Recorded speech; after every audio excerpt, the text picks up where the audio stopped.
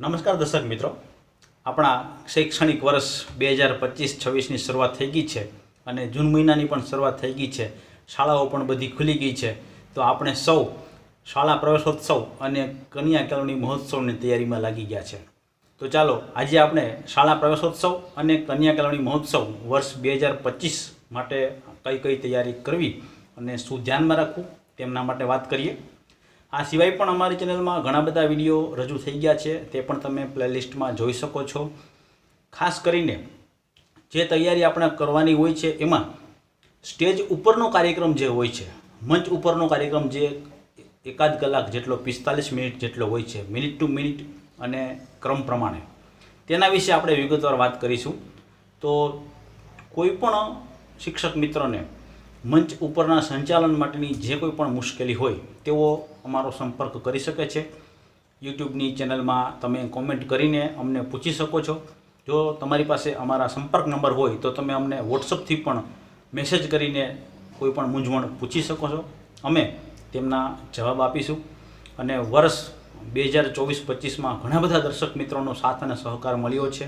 તો આવા જ સાથ અને સહકાર આવતા વર્ષે પણ મળશે તેવી અપેક્ષા સાથે ચાલો આપણે શાળા પ્રવેશોત્સવની તૈયારીમાં લાગીએ અને આ કાર્યક્રમને આપણે ઉજ્જવળ બનાવીએ. આ વર્ષે પ્રવેશોત્સવમાં જે અધિકારીશ્રી અથવા પદાધિકારીશ્રીઓ આવવાના છે તેમને શાળા નિરીક્ષણ ફોર્મ ભરવાનું છે. તેમાં કઈ કઈ વિગતો છે તેમની આપણે ટૂંકમાં વાત કરીએ.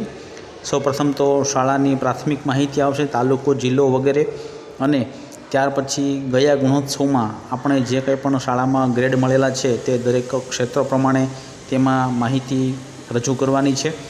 અને ત્યાર પછી એસએમસીની ભાગીદારી કેટલા પ્રમાણમાં છે તેની વાત કરવાની છે. અને કોઈપણ ધોરણમાં 1થી 5માં અને 6થી 8માં વિદ્યાર્થીઓને પરીક્ષામાં જે કંઈ પણ માર્ક મળેલા છે તેની ચકાસણી કરવાની છે. ગુણપત્રકમાં જે માર્ક છે એ મુજબ પત્રક સીમાં અને તેમની જવાબ વહીમાં પણ તે મુજબ જ માર્ક છે કે કેમ, અને તે વિશે તેમાં તપાસ કરવાની છે.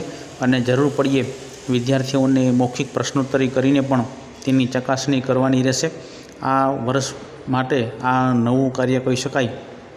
ત્યાર પછી અલગ અલગ પરીક્ષાઓ વિશે પણ તેમાં માહિતી છે.